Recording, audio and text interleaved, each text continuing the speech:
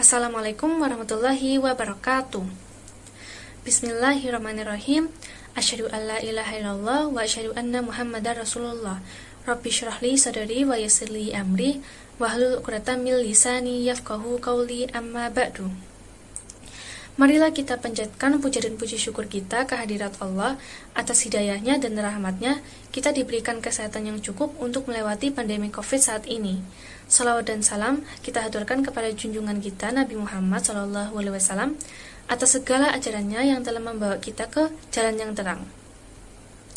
Muslimin dan muslimah, pada kesempatan kali ini saya Devita Oya Syarif akan menyampaikan ceramah.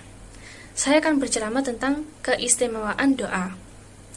Doa adalah salah satu yang sangat relevan atau yang sangat kita butuhkan di era saat ini.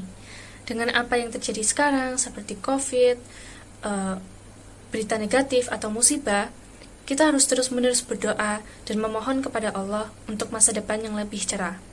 Selain itu, doa juga berfungsi ketika kita meminta sesuatu kepada Allah, seperti karir, mobil baru, rumah baru, dan sebagainya.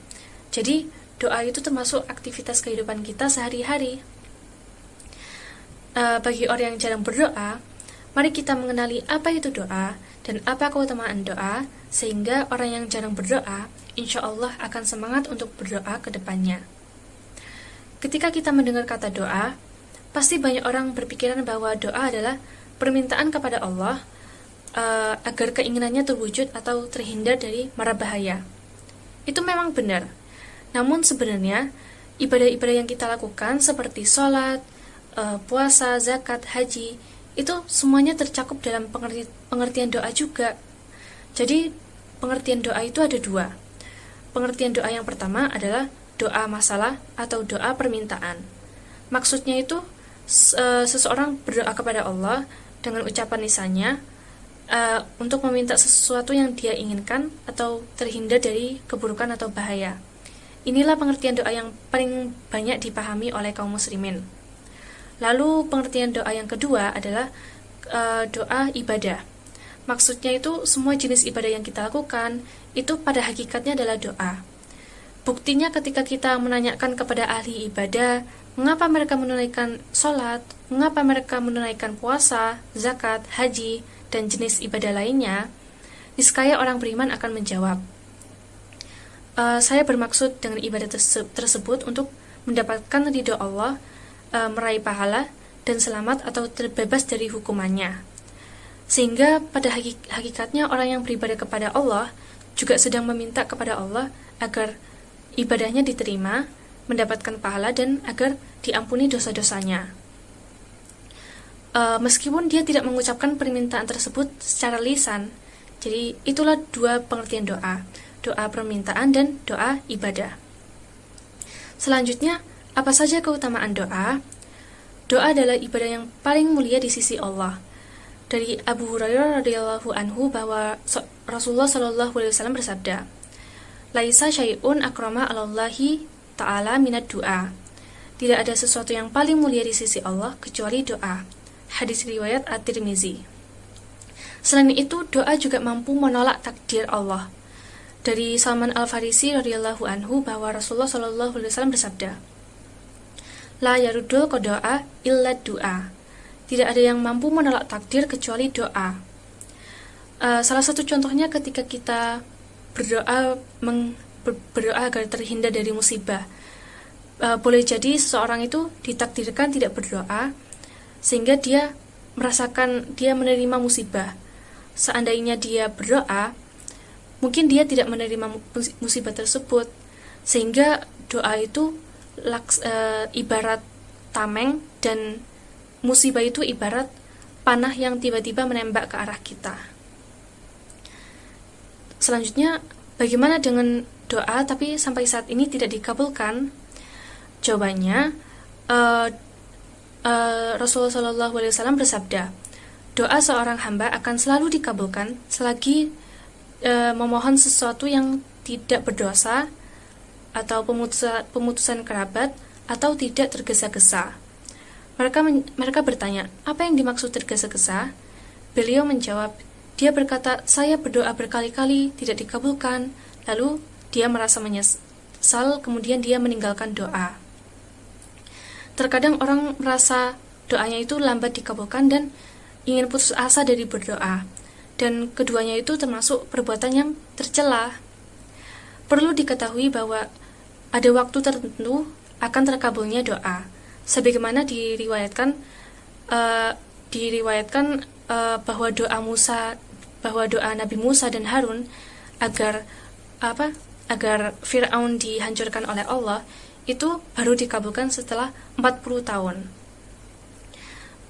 Berputus asa dari rahmat Allah itu tidak akan terjadi kecuali dari orang-orang kafir. Jadi kita harus terus-menerus berdoa tanpa putus asa, karena doa itu merupakan sikap ketundukan dan penyerahan diri kepada Allah serta merasa membutuhkan Allah.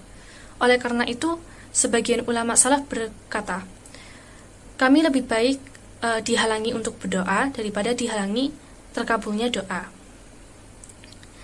Nah, setelah mengenali apa itu doa, keutamaan doa dan kepentingan doa, saya akan menceritakan salah satu kisah zaman Rasulullah ketika doa Rasulullah itu dikabulkan saat perang Badar. Jadi sebelum perang Badar, Rasulullah itu menyiapkan semuanya secara optimal, mulai dari strategi perang sampai penempatan pasukan di posisi yang tepat, dan ada banyak kesiapan yang lain yang dikerjakan Rasulullah. Setelah itu barulah Rasulullah berdoa dan menyerahkan semua urusannya kepada Allah. Beliau berdoa, "Ya Allah, penuhilah janjimu kepadaku. Ya Allah, berikanlah apa yang telah Engkau janjikan kepadaku. Ya Allah, jika Engkau membinasakan umat Islam ini, maka tidak ada yang akan beribadah kepadamu di muka bumi ini."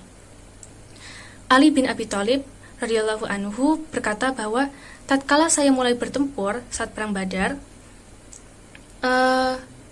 saya kembali dengan cepat untuk melihat apa yang dikerjakan Rasulullah. Ternyata beliau dalam keadaan sujud dan membaca, "Wahai Zat yang Maha Hidup dan Maha Kekal, wahai Zat yang Maha Hidup dan Maha Kekal." Kemudian saya kembali bertempur. Lalu saya kembali ke tempat Rasulullah. Saya temui beliau dalam keadaan sujud. Kemudian saya kembali bertempur. Lalu saya kembali ke tempat Rasulullah. Saya temui beliau masih membacakan doa tersebut, sehingga Allah memberikan kemenangan. Alhasil, Islam yang hanya ada 300 pasukan berhasil mengalahkan kafir Quraisy yang berjumlah 1000. Padahal itu seperti tidak mungkin, kan? Namun kemenangan tersebut itu semuanya berkat usaha dan doa Rasulullah yang sungguh-sungguh beliau tujukan kepada Allah. Masya Allah, kisah-kisah zaman Rasulullah sangat indah. Ternyata Nabi Muhammad sendiri mendoakan kita sekarang, umat muslim zaman sekarang. Nabi Muhammad SAW bersabda, setiap nabi mempunyai doa yang telah dikabulkan, sedang aku menyimpan doaku sebagai syafaat untuk umatku di akhirat. Hadis riwayat Al-Bukhari. Melalui hadis tersebut, Rasulullah menjelaskan bahwa setiap nabi mempunyai doa yang akan dikabulkan oleh Allah, dan semua doa Nabi itu sudah dikabulkan. Sementara Nabi Muhammad menyimpan doanya untuk umatnya di akhirat, untuk mendapatkan syafaat atau pertolongan. Dalam sabda Nabi Muhammad yang lainnya, ada penghuni neraka yang mendapatkan syafaat. Setelah mendapatkan syafaat, mereka masuk surga. Namun meskipun Nabi Muhammad menyampaikan akan memberikan syafaat, umat manusia harus tetap melaksanakan perintah Allah dan Rasulnya dan menjauhi semua larangan syariat Islam. Umat muslim jangan sengaja berbuat maksiat, kelalaian, kejahatan, dan dosa karena merasa akan tertolong oleh syafaat. Sesungguhnya Allah yang Maha Kuasa, yang paling berhak menentukan siapa yang berhak mendapatkan syafaat Nabi Muhammad SAW. Semoga kita dijauhkan dari larangan-larangan Allah dan gangguan syaitan. Semoga kita juga tertolong oleh syafaat Allah dan berhak mendapatkannya. Amin ya rabbal alamin. Mari kedepannya kita sempatkan 1 menit saja setelah sholat untuk berdoa. Mari kita berdoa mari kita minta hal-hal yang baik pada diri kita. Jangan lupa mendoakan orang lain juga, karena pasti ada orang lain yang mendoakan kita juga. Jadi janganlah egois untuk berdoa. Demikian ceramah singkat ini. Mohon maaf bila saya ada kesalahan. Wabillahi taufiq wal hidayah. Wassalamualaikum warahmatullahi wabarakatuh.